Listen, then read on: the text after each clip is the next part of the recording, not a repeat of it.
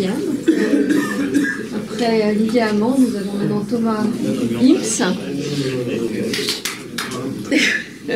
qui est enseignant à Agro-Paritaire, sur la montagne Sainte-Geneviève, et maintenant sur le plateau de Saclay, dont il a été question tout à l'heure.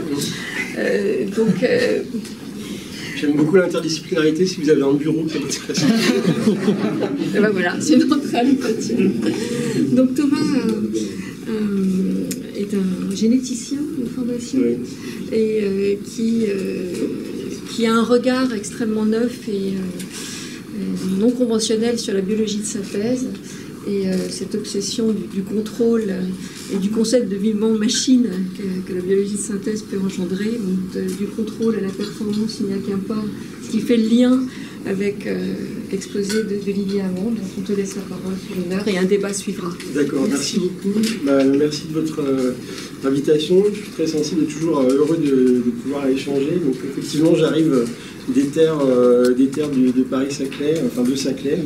Je suis enseignant-chercheur à Agro-Paritaire, qui est une école d'ingénieurs du vivant, comme on dit d'habitude, et c'est un concept qu'on manipule à l'agro de manière un peu pragmatique, mais c'est vrai que depuis de nombreuses années, après mes études de génétique, quand j'étais embauché, j'ai toujours trouvé que cette notion d'ingénierie du vivant était plus complexe qu'elle n'en avait l'air.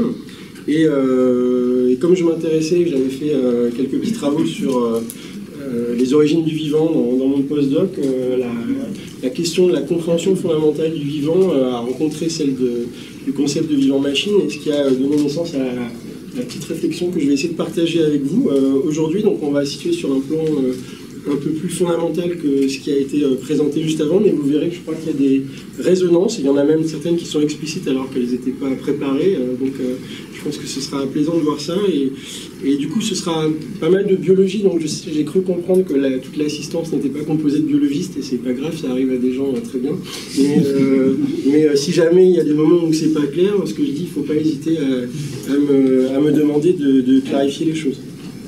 Alors justement, tous les biologistes, c'est presque une question du bac, c'est d'ailleurs souvent une question du bac, se sont demandé à un moment ou à un autre de leur carrière, qu'est-ce que la vie, qu'est-ce que le vivant. On pourrait avoir l'impression que c'est une évidence ou quelque chose de solide dans la communauté biologiste de savoir sur quoi on travaille quand on travaille sur le vivant. Pourtant, vous savez peut-être d'ailleurs que c'est une question qui est loin d'être tranchée, sur laquelle il y a une absence de consensus qui est parfois assez déroutante comparée à éventuellement d'autres flous de définition qui peuvent exister dans d'autres disciplines. C'est pas forcément propre à la biologie, mais la question du vivant reste une question énigmatique, de la nature fondamentale du vivant reste énigmatique, y compris chez de très nombreux biologistes. Alors, je le dis comme ça, c'est une pétition de principe, on pourrait peut-être avoir l'impression que c'est pas vrai, si on prend par exemple, alors c'est un exemple parmi d'autres, et franchement il n'y a qu'à se baisser pour les ramasser, des tentatives de définition du vivant dans un papier qui date du début des années 2000 dans Nature, qui s'interroge sur les relations entre le vivant et la matière, où on a au détour d'un paragraphe une phrase qui n'a pas de quoi faire tomber beaucoup de biologistes de leur chaise actuellement. Il est couramment admis par la communauté scientifique que les êtres vivants sont des machines dont les composants sont des biomolécules. Donc ça, c'est le syndrome du plan de Lego ou de la notice de montage Ikea, comme vous voulez, qui est cette idée que pour comprendre le vivant, il faut pratiquer une opération intellectuelle qui consiste à le déconstruire pour pouvoir après le reconstruire.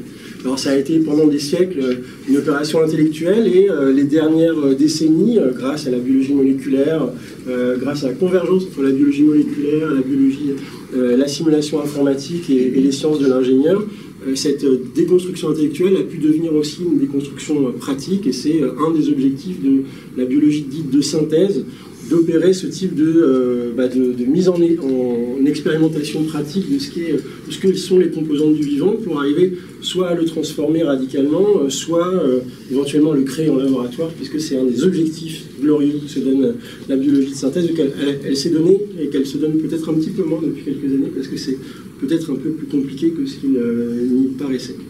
Alors, cette définition, je disais, les biologistes étant souvent des gens très pragmatiques, et je ne m'exclus pas de la communauté des gens, des biologistes, bien sûr, j'en suis un moi-même, il faut la comprendre dans son histoire. Elle remonte évidemment à l'animal-machine de Descartes, hein, cette vision-là, elle est très ancienne. Et qu'est-ce qu'il y a derrière? Pourquoi on est accroché à cette définition? En tout cas, cette manière de voir, parce que ce n'est pas exactement une définition, c'est plutôt un concept. On y est accroché parce qu'on pense que quand on dit ça, on se prémunit de toute influence surnaturelle. Voilà, si on dit que le vivant, c'est des machines dont les composants sont des biomolécules, on chasse toute âme, tout éther, tout principe parascientifique, paranormal de l'explication, et ça paraît assez rassurant.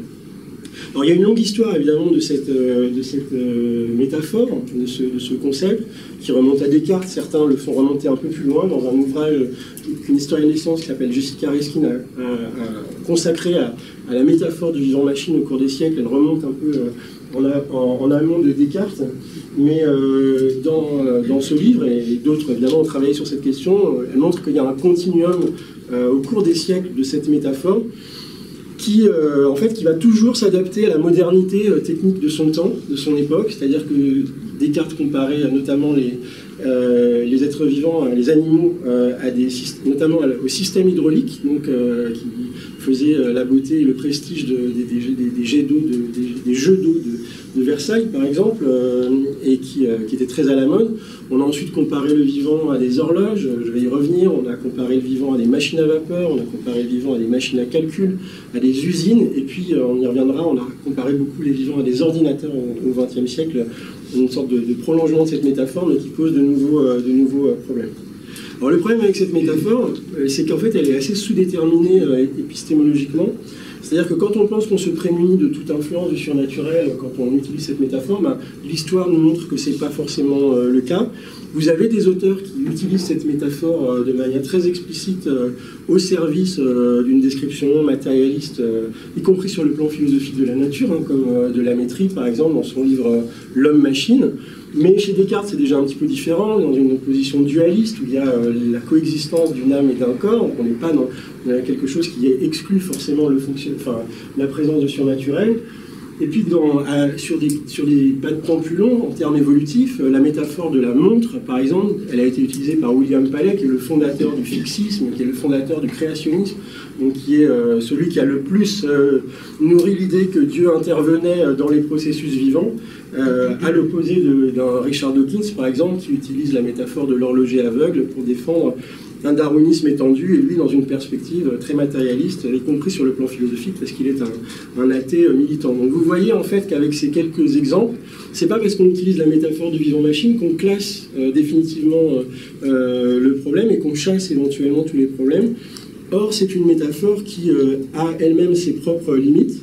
Je vous montrerai un peu plus tard, puisque le vivant peut, par certains aspects et par certaines parcelles de son fonctionnement, ressembler de temps en temps à un fonctionnement machinique, mais par plein d'aspects, on a commencé à en parler tout à l'heure, il n'a absolument pas un fonctionnement machinique, et on parle très très peu de l'originalité du vivant quand on parle des parcelles du vivant qui fonctionnent avec une démarche machinique. Et je dis bien machinique parce qu'évidemment, le vivant est mécanique au sens où il obéit aux lois de la mécanique universelle, c'est une évidence de le dire, mais mécanique et machinique, ça n'est pas la même chose, et très souvent les biologistes ont oublié ça et pensent qu'il suffit d'obéir aux lois de la mécanique pour être soi-même une machine, et ça c'est un peu problématique.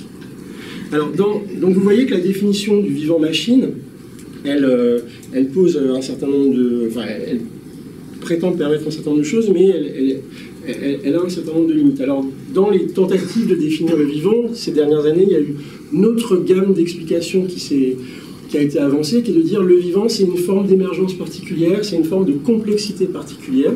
Il y aurait une complexité biologique qui serait irréductible au sens où tous les êtres biologiques seraient plus complexes selon un certain index de complexité que tous les êtres non biologiques.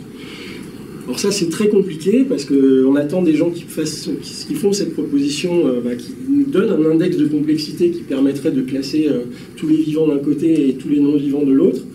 Or, c'est très difficile, quel que soit le bout par lequel on prenne le problème. Ici, vous avez un des vivants les plus simples qu'on peut imaginer, qui est une bactérie, un mycoplasme, qui a quelques centaines de gènes. On voit à peu près toutes ces molécules là qui sont représentées dans une aquarelle d'un biochimiste qui s'appelle David Godsen.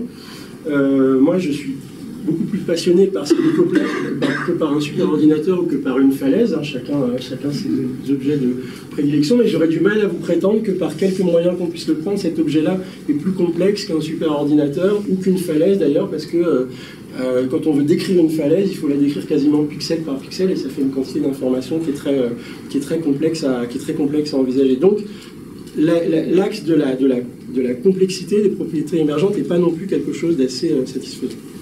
Alors on en est là quand on essaye de définir le vivant. C'est un constat qu'on peut faire, hein, quand on est biologiste, que quelles que soient les manières qu'on a de vouloir définir le vivant, se heurte toujours à une sorte de frustration, de non-complétude des définitions. Et les deux exemples que j'ai donnés, la métaphore du vivant-machine ainsi que celle des propriétés émergentes, la piste des propriétés émergentes, elle rentre dans une sorte de démarche un peu plus large, qui est de vouloir définir le vivant en le délimitant, et qu'on peut... alors j'ai essayé de résumer ce qu'il y avait de commun dans toutes les démarches de définition de la vie que j'ai pu documenter, qui est une hypothèse générale, qui est la suivante, et qui ne va pas vous paraître très surprenante d'ailleurs, qui est, quand on cherche à définir le vivant, on dit souvent, explicitement ou implicitement, que évidemment le monde vivant fait partie de la nature, donc le monde vivant au centre de l'ensemble des êtres vivants fait partie de la nature, mais il est issu de la nature de par une forme de rupture, une sorte d'étape majeure, qu'on peut appeler par exemple l'origine de la vie, et que donc comprendre le vivant dans sa contemporanéité, c'est aussi comprendre son histoire et son origine, c'est comprendre cette rupture. Donc ça, c'est l'opération épistémologique qu'on fait tous implicitement ou explicitement quand on essaie de définir le vivant. Et il y a plusieurs manières d'attraper le problème.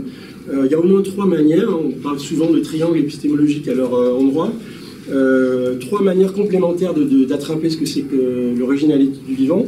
L'étude des origines de la vie, qui peut impliquer elle-même sa propre interdisciplinarité, avec des géologues, des chimistes, des biologistes. L'étude de l'exobiologie, c'est-à-dire la recherche de formes de vie ailleurs que sur Terre. Et puis éventuellement la possibilité de le faire en laboratoire, tout ça, de le rejouer en laboratoire, c'est ce qu'on appelle la biologie de synthèse, en particulier une sous-partie de la biologie de synthèse qui est l'étude des protocellules, donc l'envie de faire des vésicules qui deviendraient suffisamment autonomes pour être qualifiées de vivantes. Donc ça dessine une sorte de triangle épistémologique, parce que des questions se recoupent et qu'elles sont liées les unes aux autres. Et souvent, quand on cherche à définir le vivant, on va chercher les signatures du vivant, qui peut être une combinaison de fonctions, par exemple, je vais venir dans un instant, aussi une combinaison de molécules, une combinaison de structures, ça dépend des approches. Et ça autorise une certaine forme d'imagination, mais avec une tension entre l'imagination et puis la reconnaissance du semblable. Ici, vous avez l'exemple d'un papier qui se demande s'il y a de la vie sur Titan, par exemple, et qui se demande quelle serait une forme de vie sur Titan. Titan, c'est un satellite de Jupiter dans lequel il y a des lacs d'hydrocarbures, donc c'est pas un solvant qui a les mêmes propriétés que l'eau. Donc on peut imaginer que les formes cellulaires auraient des bicouches lipidiques qui seraient inversées par rapport aux bicouches des cellules sur Terre dans un environnement d'eau, dans un environnement aquatique. Alors ça, pour des biologistes, ça paraît très exotique parce que la bicouche est inversée, mais on pourrait dire que c'est quand même une cellule, c'est quand même un truc sphérique. On pourrait imaginer des formes de vie beaucoup plus exotiques que ça. Pourquoi à base de cellules? Pourquoi pas forcément autre chose? Pourquoi forcément à base de carbone? Pourquoi forcément à base d'ADN? On pourrait élargir le champ des possibles. Donc on est sur un axe de nouveauté et d'originalité qui peut toujours se discuter. On est toujours l'original de quelqu'un et puis on est toujours le tristement comparable de quelqu'un d'autre en fonction des objectifs qu'on se donne. Alors dans la forêt des approches pour définir le vivant, il y a quelque chose qui fait un peu, qui est souvent utilisé par les biologistes, qui est l'idée de faire des définitions un peu minimales du vivant, qui soient assez opérationnelles. Alors je vais en prendre une que vous connaissez, que peut-être probablement beaucoup d'entre vous, si vous avez fait de la biologie, connaissent, qui est assez standard, qui a été proposée par Francis Crick, entre autres évidemment, mais Francis Crick c'est un des co-découvreurs de la molécule d'ADN. Il propose que la vie soit, en tout cas sur Terre, au carrefour de trois grandes fonctions ou de potentialités que sont la capacité à se reproduire, la capacité à avoir un métabolisme et la capacité à évoluer. Alors évidemment, ça c'est vraiment un truc qu'on voit dans les manuels de première année de biologie, avec contre-exemple classique, le virus par exemple. Alors vous avez un phage, là c'est un petit virus minimal. Bah, celui-là il coche pas toutes les cases, il est certes capable de se reproduire, on a appris à le savoir, il est capable d'évoluer, on a aussi appris à le savoir ces dernières années si on ne le savait pas. Par contre il n'a pas de métabolisme propre au titre de la définition du moment. Je m'empresse de dire que je vais contester cette affirmation dans quelques diapositives, mais on le présente comme n'ayant pas de métabolisme propre, et donc on dit bah non, il rentre pas dans le club privé, il a deux cases, 2 croix sur 3, donc il est presque vivant, mais il n'est pas vivant. On est d'accord qu'il est fabriqué par des cellules vivantes, mais c'est une entité qui est considérée comme non vivante pour autant. Alors c'est une définition qui est intéressante, mais vous voyez, elle pose problème au niveau des marges, parce que par exemple, si vous êtes un généticien, vous pouvez passer toute votre vie à travailler sur des virus, alors au paradoxe près que vous ne travailleriez pas sur des entités vivantes alors que vous êtes biologiste vous-même, ou pour le dire autrement, si vous êtes un évolutionniste, qu'est-ce qui a le plus de succès évolutif sur Terre? C'est très probablement les virus qui sont les entités les plus présentes sur Terre. Donc ça veut dire que les entités qui auraient le plus de succès évolutif ne seraient pas des entités vivantes. Vous voyez que ça gratte un petit peu. Alors il y a d'autres types de définitions, par exemple la définition qu'avait proposée la NASA dans les années 90. Pourquoi la NASA propose des définitions? Parce qu'il y a un prestige, mais il y a aussi l'idée d'envoyer des appareils qui vont renifler le vivant quand on va aller explorer d'autres planètes. Il faut savoir ce qu'on renifle. Est-ce qu'on va renifler des petits hommes verts? Est-ce qu'on va renifler du mouvement, de l'eau, du carbone, de l'ADN? Qu'est-ce qu'on va chercher? Quel détecteur on va devoir construire? Et donc la NASA était arrivée à une sorte de consensus sur le fait que la vie était un système, tout système chimique auto-entretenu, capable d'évolution darwinienne. Plein d'idées intéressantes là-dedans. C'est une formule qui est élégante, qui par exemple ne dit pas que le vivant c'est forcément avec de l'ADN, forcément avec des protéines. Donc il y a un certain degré d'ouverture d'esprit dans cette définition. Mais elle pose aussi ses propres problèmes, parce que quand vous voyez un système, dire que ce système est capable d'évolution darwinienne lui-même tout seul, bah, c'est un peu compliqué, parce que, et ça c'est un peu une première petite allusion à ce qu'on disait tout à l'heure, le vivant, dans cette dimension-là, il ne se pense que dans la collectivité, il ne se pense que dans la pluralité. C'est un premier point qu'on peut esquisser avec ce qui a été dit auparavant. Et donc il n'y a pas de vivant sans vivant, et c'est un paradoxe pour les définitions, c'est qu'on a besoin d'avoir une certaine redondance dans les définitions pour capturer cet objet étrange qui est la vie, en tout cas la vie biologique bien sûr. Je ne parle pas de la vie de l'esprit, je ne parle pas de toutes les autres acceptions du dictionnaire, je parle en tant que biologiste. Vous avez, s'il y a des physiciens dans la salle, vous avez probablement entendu aussi des définitions autour de l'entropie et la négantropie autour d'Ilya Prigogine qui parlait de structure dissipative loin de l'équilibre thermodynamique pour définir le vivant.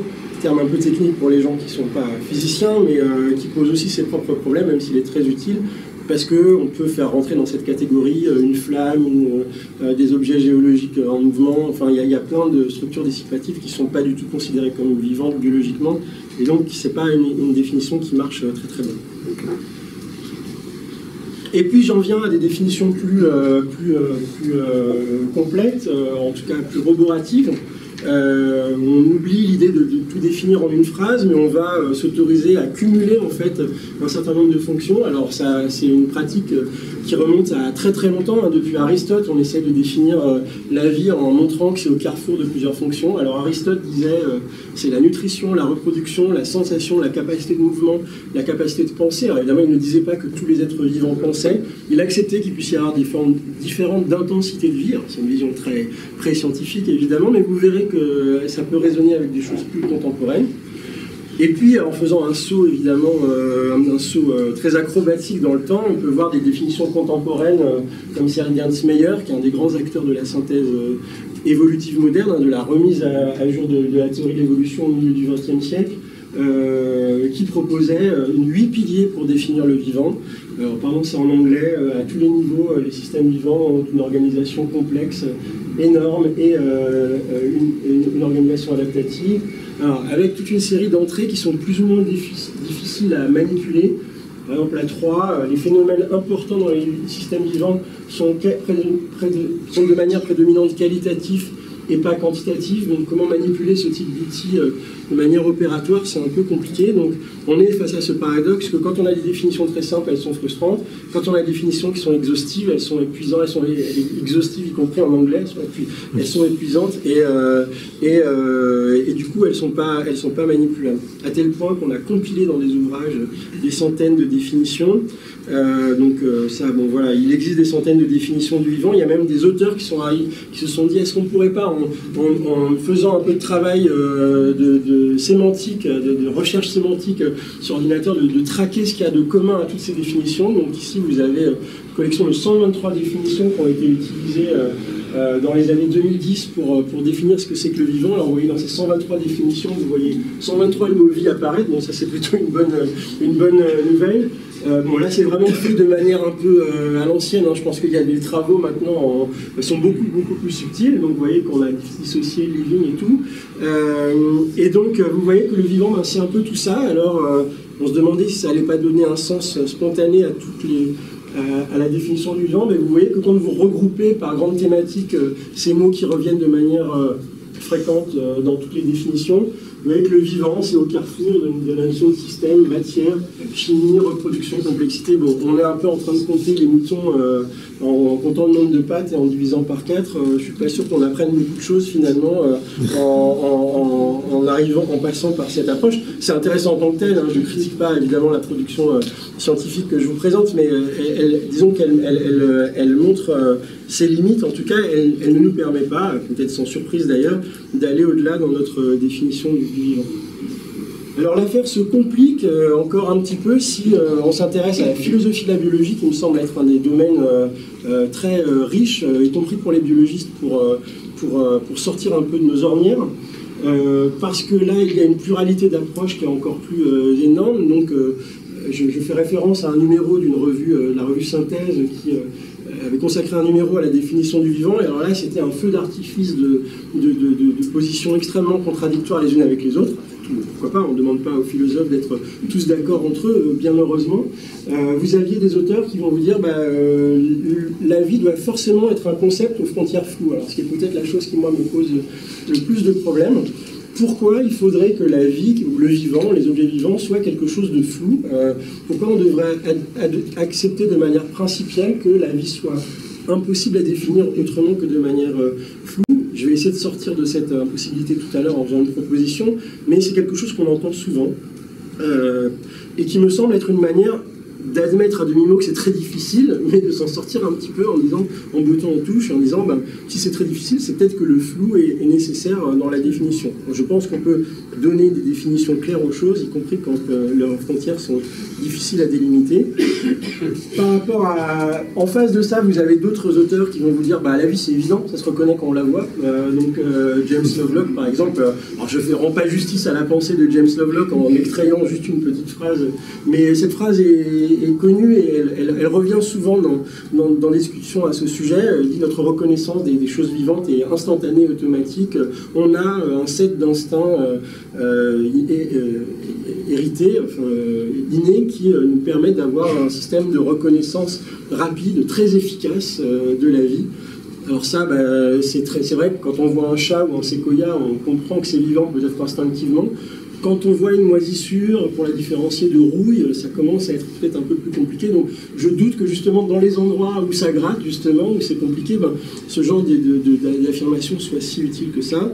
D'autres vont dire que c'est une nécessité morale de définir la vie, dans le même cadre d'autres qui disent que c'est impossible de la définir.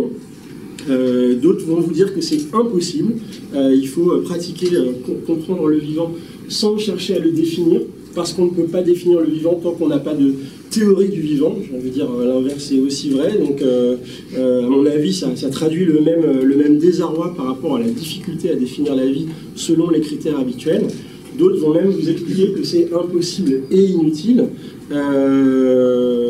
en rejoignant d'ailleurs des réflexions qui peuvent remonter à beaucoup plus longtemps, puisque depuis les années 30, on trouve des papiers qui expliquent que ça n'a pas de sens de vouloir définir avec la terminologie la vie et le monde vivant. Alors, je ne sais pas comment vous pouvez recevoir ça. Ça peut être pris juste comme une pluralité d'opinions par rapport à un problème compliqué. C'est pas en soi choquant. Mais je pense que c'est difficile de prétendre que c'est inutile de définir le vivant. On a besoin de définition. On a besoin sur le plan intellectuel. Par exemple, ici, vous avez un article de Science qui date de 2012, qui avait fait un peu parler de lui. On parlait de cristaux vivants. Alors, cristaux vivants, généralement, on n'associe pas un cristal à la vie. Je vais revenir là-dessus un peu plus tard, mais le cristaux vivant qui était observable à la surface sur des colloïdes qui étaient activés par de la lumière. Alors bon, l'article parlait de cristaux vivants, ça se gâtait un peu dans le résumé, puisque les cristaux avaient pris des guillemets, les cristaux vivants avaient pris des guillemets, donc on comprenait qu'ils n'étaient pas du tout vivants, en fait, ils étaient juste capables de s'associer, de dissocier, il y avait des petites dynamiques sélectives, mais on était loin de formes de vie. Donc vous voyez que quand on définit pas précisément les choses, on est face à des apories comme ça, parce que évidemment ce papier-là n'aurait pas eu tout à fait la même résonance si on n'avait pas mis le mot living dans le titre, comme vous pouvez imaginer. Donc il y a une petite entourloupe là quand même qui est opérée. Et puis par exemple on a besoin dans notre vie quotidienne de définir le vivant parce qu'on fait des lois pour protéger la biodiversité, et donc on protège les vivants différemment d'autres entités. On fait des lois pour protéger l'humain, la bioéthique. Les lois de bioéthique, ça c'est bien de caractériser un certain type de vivant. Et puis, d'ailleurs, à ce titre, le droit évolue, puisque je pense que vous avez probablement, certains d'entre vous connaissent ça beaucoup mieux que moi, sur le plan peut-être anthropologique, mais on a vu ces dernières années des lois qui reconnaissaient des entités qu'on n'a pas l'habitude de considérer comme des entités biologiques, comme vivantes, comme un fleuve, par exemple, en Nouvelle-Zélande, ce qui est une manière de le protéger, en fait. C'est un véhicule législatif qui va permettre à des avocats de protéger l'écosystème qu'il y a autour de ce fleuve, les populations qui vivent à côté. Donc c'est un véhicule législatif, et on utilise le terme vivant, je suis allé voir, c'est vraiment le terme qui est utilisé dans la loi néo-zélandaise, pour conférer un statut de protection, enfin protéger cette entité qui est le fleuve, qui a une valeur écosystémique, qui a une valeur aussi symbolique, traditionnelle, culturelle dans ce pays. Donc vous voyez que la nécessité de définir le vivant, par exemple dans notre mode d'organisation sociale, où on a un droit qui est tranchant, qui nécessite de décider si quelque chose est ou n'est pas vivant, ou sujet de droit, ou objet de droit, ben c'est important aussi. Et les biologistes doivent normalement contribuer à ce travail-là. Alors, ils doivent contribuer à ce travail-là, et ces dernières années, s'est fait jour une certaine tendance sur laquelle je vais insister un peu, qui peut-être propose de changer un peu de paradigme sur la définition du vivant. Ça peut se voir notamment dans les travaux d'un biochimiste qui s'appelle Adi Pros, qui a fait beaucoup de travail sur ces questions-là, et qui va essayer de faire un pont, on le voit ici dans le titre de son article, entre la théorie de l'évolution darwinienne, qui concerne les vivants, et la matière inanimée. Donc il va essayer de naturaliser la théorie d'évolution par sélection naturelle, au sens où il va essayer de trouver, jusque dans la matière inerte, la matière inorganique, des choses qui vont préfigurer ce qui est possible pour les vivants. Donc ça, c'est une approche qui est tout à fait positive en termes scientifiques. C'est-à-dire on essaye d'ancrer finalement quelque chose qui semble original dans un continuum avec le monde plus large qui sont ces conditions d'existence. Alors cet article il est intéressant parce que par exemple Adi Pros va montrer qu'on peut faire des liens entre l'état de stabilité thermodynamique de certains systèmes chimiques avec un état qu'il appelle de stabilité dynamique cinétique, qui serait plutôt propre au système biologique. Il montre que les équations peuvent fonctionner de la même manière dans les deux cas, donc il y a une sorte de parenté qu'on peut tracer entre certaines dynamiques biologiques et certaines dynamiques chimiques. Mais avec cette ambiguïté, alors vous ne voyez peut-être pas parce que sur mon écran c'est rouge, mais là c'est un petit peu brun, avec une ambiguïté, c'est-à-dire qu'il va quand même, alors qu'il réfléchit à faire des ponts entre la matière inanimée, pour reprendre ces termes qui vous dérangent un peu, et le vivant, il va quand même continuer à entretenir l'idée qu'il y a eu un saut critique, vraiment une étape de rupture fondamentale lors de l'apparition de la vie, un seuil, un seuil important entre les vivants et les non-vivants. Alors cet aspect-là, je pense qu'il faut avoir conscience que dans le débat théorique, il est de plus en plus contesté, et c'est le sens de la proposition que j'ai faite, mais je m'adosse évidemment aux travaux 2 gens avant moi pour produire cette proposition, qui est de dire qu'il faut peut-être envisager une autre manière de définir le vivant, à la nuance près qu'on va le faire sans chercher à délimiter le vivant. Il y a peut-être un problème fondamental qui est de mettre un signe égal entre définir et délimiter.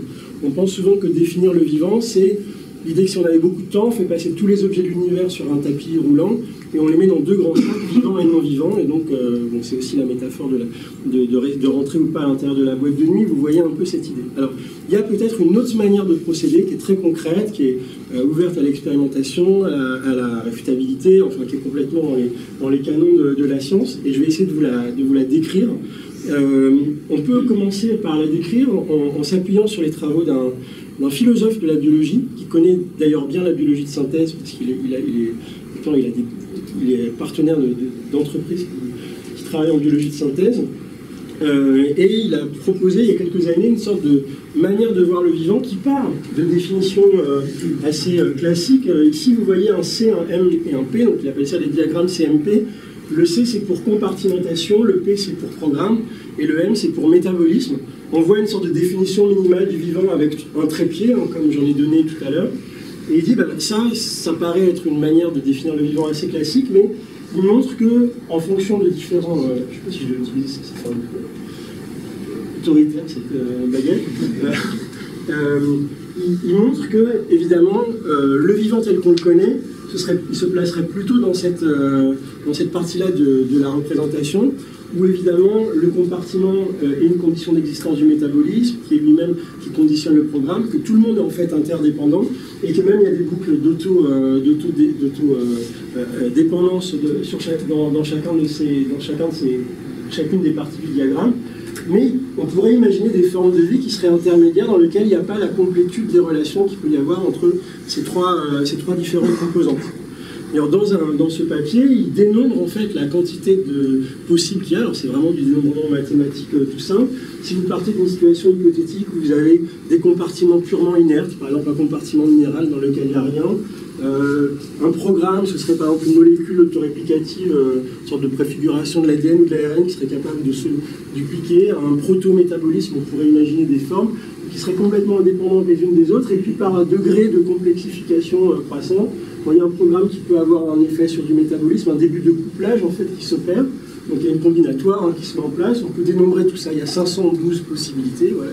Le chiffre est calculable de manière très très simple.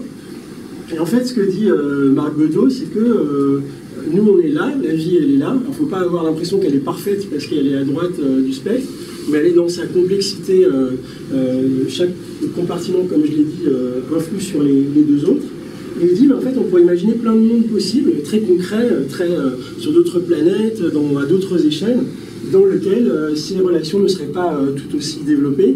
Et du coup, on aurait cette zone grise dans laquelle on ne pourrait pas vraiment dire si les structures sont vivantes ou non vivantes. Et qu'il faut accepter, du coup, l'idée d'un continuum, de faire le deuil d'une séparation fondamentale entre le vivant théorique et le non-vivant, mais accepter l'idée que le vivant puisse être un continuum. Alors on parle de zone grise, moi j'aime pas trop parce que ça donne un peu l'impression d'un sas et qu'on crée une nouvelle catégorie intermédiaire. C'est pas mon propos de rajouter une catégorie quand j'essaie de les déconstruire, mais c'est plutôt de dire qu'il y a un mouvement dynamique, une certaine dynamique originelle de la matière qui se met en place autour de la notion d'adaptativité et qui peut progresser vers des formes de vie potentiellement extrêmement différentes et riches les unes par rapport aux autres.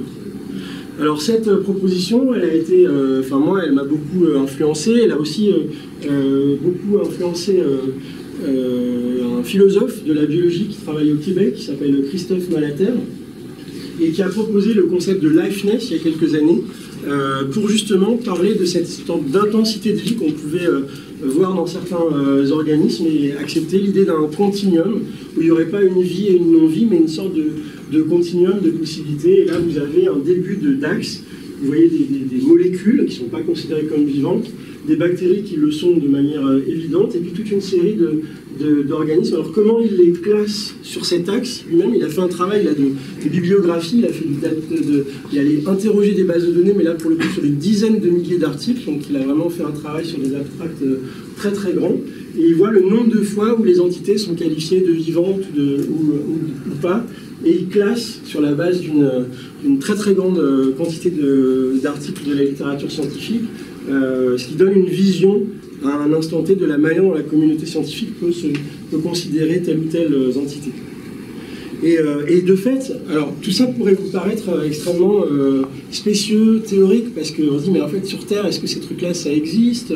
Est-ce que bon, ces espèces de diagrammes CMP, c'est bien joli, mais est-ce que ça existe, ces intermédiaires entre les trois données complètement indépendantes et puis une cellule comme celle-là? Bah, de fait, en fait, oui, cet univers-là, il est très peuplé. Il est peuplé d'entités, je vais en prendre un ou deux exemples. Je surveille un tout petit peu le temps, mais je regarde. Oui, voilà, je suis un peu... faut pas trop que je traîne, si on veut discuter.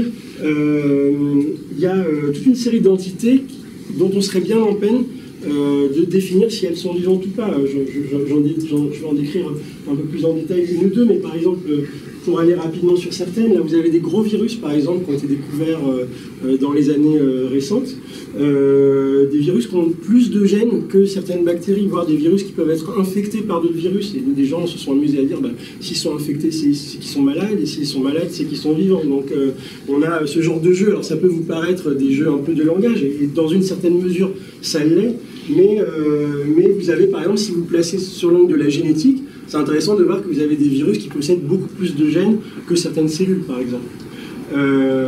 Voilà, il y a toute une série d'entités, bon, je ne vais pas trop m'étendre, je vais un peu vous parler de celles-là tout à l'heure, qui sont des bactéries très intéressantes, qui s'appellent Carsonella rudi, mais je vais y revenir dans un instant pour essayer de donner du contenu à la proposition que j'ai faite dans le bouquin qui s'appelle Infravie, qui est justement d'essayer de définir le vivant en l'élargissant, enfin en s'ouvrant à une possibilité plus large d'en parler.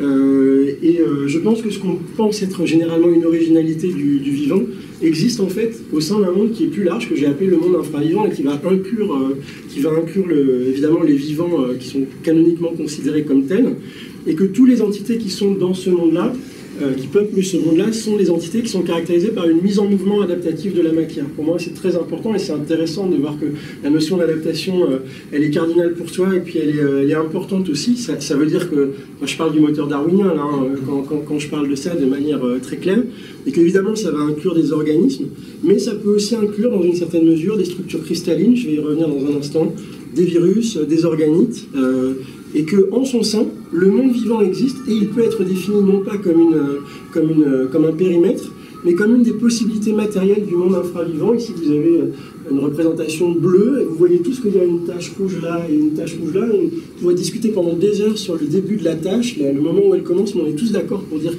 qu'il y a une tache. Et ben, dans un univers de possibles, ce monde-là pourrait être le vivant tel qu'on le connaît sur Terre, par exemple, qui a pris la direction d'utiliser de l'ADN, des protéines, des formes cellulaires, de l'eau. On pourrait imaginer, peut-être ailleurs, dans les profondeurs de la Terre ou sur une autre planète, des vivants qui auraient utilisé, qui se seraient mis en mouvement de manière adaptative, mais qui auraient utilisé d'autres molécules, d'autres structures, d'autres pas de temps, d'autres échelles de temps et de taille. Donc, on peut définir le vivant sous ce regard-là, mais sans le délimiter. Si on le définit comme une dynamique, il n'est pas nécessaire forcément de le délimiter. Et du coup, ça me ramène assez rapidement au vivant-machine, et assez radicalement, en disant des choses qui résonnent avec ce que tu disais auparavant, qui est que quand on parle de vivant-machine, quand on parle de programme, on oublie des choses qui sont essentielles pour parler du vivant. Le désordre, par exemple, j'ai passé une partie de mon travail expérimental à traquer l'expression aléatoire des gènes dans les cellules. On les regardait une par une, on s'apercevait qu'elles ne faisaient absolument pas ce que le programme prétendait qu'elles faisaient quand on les regardait collectivement. Le vivant, c'est aussi de l'histoire. Évidemment, quand vous prenez une balle de ping-pong et une souris, vous les lâchez par terre, ils ne vont pas suivre la même trajectoire, et pourtant elles obéissent toutes les deux aux lois de la mécanique universelle, mais il y a une souris qui a 3,5 milliards d'années d'évolution dans les pattes, et ben ça c'est important pour comprendre le vivant, et c'est une dimension que la machine ne peut pas prendre en compte. Le vivant, c'est un ensemble de flux, et c'est aussi forcément un collectif, et tous ces aspects-là, qui sont très concrets, qui ne sont pas du tout surnaturels, qui ne sont pas du tout douteux sur le plan de l'approche naturaliste, sont des dimensions que le vivant-machine, le vivant-programme ne prend généralement pas du tout en compte. Alors évidemment, je parle ici de vision très simplifiée du programme. les programmes, même informatifs, peuvent modéliser beaucoup de choses, y compris des apparences de désordre, mais vous me comprenez, quand je parle de programme génétique, par exemple, je pense aux définitions les plus simplistes du fonctionnement des gènes qui ont pu être fournies au début de la révolution de la biologie moléculaire. Donc les conséquences de ce que je vous ai dit, c'est que le vivant n'existe pas, en tout cas n'existe pas en tant que catégorie, il existe en tant que dynamique, que peut-être il n'est jamais apparu parce que l'idée d'un événement principiel n'a pas grand intérêt si on pense que le vivant est forcément collectif. S'il a forcément une histoire, ce serait étonnant que le premier des vivants n'ait pas d'histoire, donc il faut imaginer qu'il y ait une histoire qui soit ancrée dans la chimie par exemple, et donc peut-être que la question de l'apparition de la vie n'a pas vraiment de sens. Et par ailleurs, l'ingénierie du vivant est très largement un non-sens, puisque le vivant n'est pas une machine, ou alors il faudrait inventer des formes d'ingénierie qui prennent en compte des dimensions, des nouvelles dont tu as parlé. Et ça, je suis bien d'accord, et je pense que notamment dans une école comme l'Agro, dans laquelle j'ai le plaisir d'enseigner, dans laquelle j'ai le plaisir de discuter avec des collègues qui sont ouverts à ces questions-là, il y a l'opportunité pour réinventer une ingénierie repensée et qui ne soit pas servile, et qui ne soit pas soumise au diktat de la machine. Alors, je vais juste prendre deux exemples pour aller vers ma conclusion, enfin pour illustrer plutôt ce que je viens de dire. D'abord, je vais vous parler un tout petit peu des cristaux, parce que vraiment le cristal, c'est ce qui est perçu comme paradigmatiquement non vivant. C'est l'inorganique, et d'ailleurs j'avais un collègue qui m'a un jour dit, mais en fait comprendre le vivant c'est pourquoi il y a autre chose que des cailloux. Donc j'avais trouvé que c'était une phrase très élégante, puis j'étais absolument pas convaincu par ça, mais je trouvais que c'était super élégant et j'ai essayé de comprendre pourquoi j'étais pas convaincu. Et en fait c'est en retournant, en lisant un autre papier plus ancien de Marc Bedeau, qui est celui qui a fait ces diagrammes CMP que je vous ai présenté tout à l'heure, qui avait, dans un article, au détour d'un article, avait un peu, évidemment, c'était une réflexion un peu provocatrice, mais il dit, mais si on vous parlait de structures qui sont capables de se reproduire, de varier, d'avoir une forme d'hérédité et de s'adapter, vous allez penser à des vivants. En fait, ces concepts-là, on peut les appliquer aux cristaux. Les cristaux croissent, les cristaux peuvent se casser, se diviser, donner d'autres cristaux. Les cristaux peuvent évoluer en fonction de la disponibilité atomique, et les cristaux peuvent s'adapter à des variations environnementales et résister ou pas plus ou moins à des variations. Donc, ces fonctions qui sont souvent dans les listes cardinales des définitions du vivant, et évidemment, en tirant un peu les choses, et évidemment par esprit de contradiction, on peut montrer qu'elles sont applicables aux cristaux. Quelle est l'opération qui est faite ici? C'est pas de dire les cristaux sont vivants, donnons-leur des droits, etc. Encore qu'il y a des endroits qu'il faudrait protéger parce qu'il y a une diversité cristalline et géologique qui peut être abîmée aussi. Mais l'idée est plutôt de prendre conscience que, encore une fois, on est arrimé dans la matière minérale. On n'est pas coupé d'elle-même. Et autant on a parlé des vivants qui étaient en interaction avec entre eux, mais en fait, il ne faut pas aussi oublier à quel point on est dépendant de la minéralité de ce monde dont on vient et dont on n'est pas complètement coupé. On a une minéralité en nous, on a nos os, on a nos atomes de fer, on a nos atomes minéraux et métalliques, donc on a un rapport de tension permanent à la minéralité, on ne s'est pas coupé de cette minéralité-là, et d'ailleurs le vivant c'est toujours ce rapport de tension entre le désordre et l'ordre à tous les niveaux, y compris celui-là. Dernier exemple, après promis j'arrête, mais il est, je trouve qu'il est assez parlant, c'est un exemple que je connais un peu plus particulièrement parce que je fais de la génétique et en particulier de la génomique, c'est une de mes axes de recherche. Et la génomique, c'est une discipline, pour ceux d'entre vous qui en ont que vaguement entendu parler, qui est née grosso modo au mi-temps des années 90, quand on s'est mis à séquencer des génomes entièrement. Le génome, c'est l'ensemble des gènes d'une espèce. Et donc, c'est depuis 1995 qu'on est capable de séquencer des génomes entiers. On a travaillé en 1995, on a publié, enfin moi, des équipes ont publié la séquence de 2 premiers génomes bactériens. Avant, on n'était pas capable de le faire. 1995 marque une étape de rupture. On savait le faire sur certains génomes viraux, mais pas sur des bactéries, par exemple. Donc en 1995 ont été publiés les deux premiers génomes bactériens. Et puis, dans les années qui ont suivi, d'autres se sont rajoutés à ça. Et une question s'est posée, de dire qu'est-ce qu'on peut faire de ces données, et certains auteurs qui travaillent plutôt en biologie fondamentale se sont dit, est-ce qu'en comparant ces génomes, on ne pourrait pas trouver les gènes qui sont communs à tous et qui pourraient être une sorte de signature de leur essentialité, de leur nécessité? Est-ce qu'on ne pourrait pas trouver le lot minimal de gènes qui est nécessaire à des vivants pour exister en comparant les génomes? Alors on en avait une vingtaine sous le coude dans les années 2000, Et on a fait une deuxième comparaison, je vous passe la première étape, où on a trouvé qu'il y avait 206 gènes qui étaient toujours présents dans tous les organismes qu'on comparait. Et on a appelé ça, grosso modo, le lot minimal de gènes, qui posait d'ailleurs plein de questions fabuleuses, comment on était passé de 0 à 200, si 200 est indispensable, vous voyez le type de questions que ça peut poser. D'autres questions qui est comment ça se fait qu'on n'a pas d'organismes qui ont 200 gènes, mais que le plus petit qu'on connaisse en a 450, pensait-on à l'époque. À l'époque, je me souviens, j'avais écrit des trucs en disant c'est normal parce qu'il faut un matelas de complexité, des solutions de secours au cas où ça marche pas. C'est pas si étonnant qu'on n'ait pas des organismes qui soient affûtés comme des avions supersoniques, mais qu'ils aient leurs errances, voilà. Alors j'ai écrit ça, alors je vais mettre de la cendre sur la tête, parce que d'abord on a multiplié le nombre de comparaisons, on a fini par en avoir 20, par en avoir 50, puis en avoir 1000 sous le coude, on a comparé. Bon, le diagramme de Venn, l'intersection, elle s'est réduite, et puis on est arrivé à 0 en fait, donc on n'a pas de gène qui soit universellement présent chez tous les organismes. Tous les organismes sont cousins les uns des autres, mais on n'a pas de lot de gènes qui soit vraiment universel dans le vivant. Mais surtout, le truc le plus marrant, c'est que pendant qu'on devisait sur le fait qu'avoir plus que le minimum c'était nécessaire, il y a une équipe de chercheurs, ça c'est la surprise de la biologie, c'est la surprise de l'observation naturaliste, c'est le truc que la biologie, qui est l'apport de la biologie à la communauté scientifique, je trouve, c'est toujours ces surprises de cas particuliers. Une équipe de chercheurs japonais qui a dit on est désolé de vous déranger pendant votre discussion sur le nombre de gènes minimum, et nous on a trouvé une bactérie qui avait 180 gènes, donc moins que le minimum. Elle a un petit génome de 160 kilobases, elle a moins de gènes que le minimum que vous avez calculé.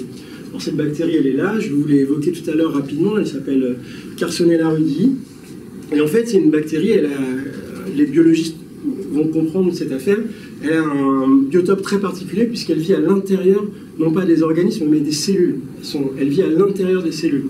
Et du coup, on peut comprendre pourquoi elle a très peu de gènes, c'est que probablement elle s'est défaite en gènes parce qu'elle sous-traite une partie de son activité, de son métabolisme au génome de la cellule hôte, de celle qui l'accueille. Et ça, les biologistes, ils connaissent cette affaire-là parce qu'on a tous appris quand on fait de la biologie qu'il y a des entités à l'intérieur des cellules eucaryotes, c'est-à-dire des plantes, des animaux, des champignons, des entités qui sont très probablement des anciennes bactéries, enfin probablement toutes descendantes d'une bactérie, qui a un jour été encapsulée par une cellule et qui aurait eu l'excellente idée de ne pas la découper en rondelles et la consommer, mais d'une certaine manière de la domestiquer, de coexister avec elle en son intérieur. Et c'est ce qu'on appelle des mitochondries, qui sont généralement appelées les usines à énergie de la cellule. Ces mitochondries, elles sont considérées comme des anciennes bactéries. Et en fait, les auteurs qui ont travaillé sur la bactérie endosymbionte Carsonella rudii se sont posé des questions du type est-ce que ce qu'on a sous les yeux, cette bactérie dépeuplée en gènes, n'est pas sous nos yeux en train de cesser d'être vivante, puisqu'on ne considère pas généralement qu'une mitochondrie soit vivante, mais cette bactérie, on considère qu'elle l'est. Et donc, cette affaire, elle est intéressante parce que on a donc un continuum sur l'axe de la génétique qui commence à se peupler. Je vous ai dit, on a les organismes vivants, vous, moi, un séquoia, voilà. On a des virus qui sont plus gros que certaines bactéries. On a des bactéries qui étaient considérées comme minimales avec 450 gènes, mais qui ont beaucoup plus de gènes que le minimum. On a des bactéries qui sont en dessous de ce minimum qui a été calculé. On a des mitochondries qui ne sont pas considérées comme vivantes, qui peuvent avoir jusqu'à 71 gènes, donc on n'est pas encore à 180, mais on voit que l'espace se comble de plus en plus. On a même trouvé des bactéries qui ont 150 gènes, donc là on est vraiment sur des ordres de grandeur qui sont très comparables. Et on a des produits qui sont dérivés des mitochondries qui peuvent posséder quelques gènes comme des hydroxygénosomes par exemple, pardon pour les termes techniques en fin d'intervention, mais qui peuvent comporter quelques gènes, voire 0 gène. Et donc on a, et être pourtant capable de se reproduire dans des conditions qu'on n'explique pas encore très très bien. Et donc on a un univers sur l'axe de la génétique, on pourrait jouer à la même chose avec le métabolisme par exemple, qui se peuple de possibilités intermédiaires et qui nous montre que tout ce que je vous ai raconté sur l'arbitraire de définir un seuil du vivant, c'est pas qu'une question théorique, c'est une question que l'observation naturaliste et la surprise de l'observation naturaliste nourrit, renseigne et documente. Dernière idée, après je m'arrête, sur les virus, parce que bon, voilà, on a beaucoup parlé de virus, je vous avais dit tout à l'heure, les virus, ils ne sont pas vivants, parce que oui, ils évoluent, oui, ils se reproduisent, mais non, ils n'ont pas de métabolisme. En fait, cette histoire-là, elle a été contestée. En tout cas, il a été démontré qu'elle est le produit d'une manière de regarder les virus, notamment par un grand microbiologiste qui s'appelle Patrick Forter, qui est un des plus grands spécialistes des virus, même s'il refuse d'être appelé virologue, mais il est très puissant intellectuellement sur ces questions-là. Et il dit, ce qu'on appelle généralement virus non vivant, c'est en fait, techniquement, c'est les virions. C'est la partie du virus, la capsule, qui embarque un peu de matériel génétique, qui part d'une cellule et qui va en infecter une autre. Mais quand cette particule, elle arrive dans la cellule, elle va infecter la cellule, on a appris à vivre avec ça pendant ces dernières années, elle va prendre le contrôle de la machinerie cellulaire, pardon pour le terme, je ne devrais pas l'utiliser, et elle va produire, la cellule va se mettre à produire parfois jusqu'à 80, 90, 95% de protéines de virus. Et donc, Patrick Forter dit, à ce moment-là, la cellule, si on est cohérent, il faut accepter qu'elle est elle-même une phase de la vie du virus. Et donc, on aurait un virus qui serait une entité qui serait parfois non vivante, puis non vivante, puis vivante sans mourir entre les phases, et qui passerait par un cycle dans lequel, évidemment, la caractérisation comme non vivant est beaucoup plus difficile. Voilà, donc je voulais vous montrer qu'en résumé, on peut chercher à définir le vivant. C'est un travail en chantier, hein, comme vous pouvez imaginer. On peut chercher à définir le vivant si on sort du piège de la délimitation. Et je pense que ça, c'est vraiment un message important. Cette manière de procéder n'est pas une manière que théorique, que abstraite, mais elle est documentée par beaucoup d'observations qu'on peut faire, soit dans la nature, soit des entités qu'on peut produire dans des laboratoires en dégradant un certain nombre de protéines ou d'entités vivantes. Et ça m'a fait penser, quand j'avais terminé ce travail-là, je suis tombé sur une phrase de Canguilhem, qui je pense ne voulait pas du tout parler de la même chose, mais c'est pas grave, c'est très bien pour conclure une intervention.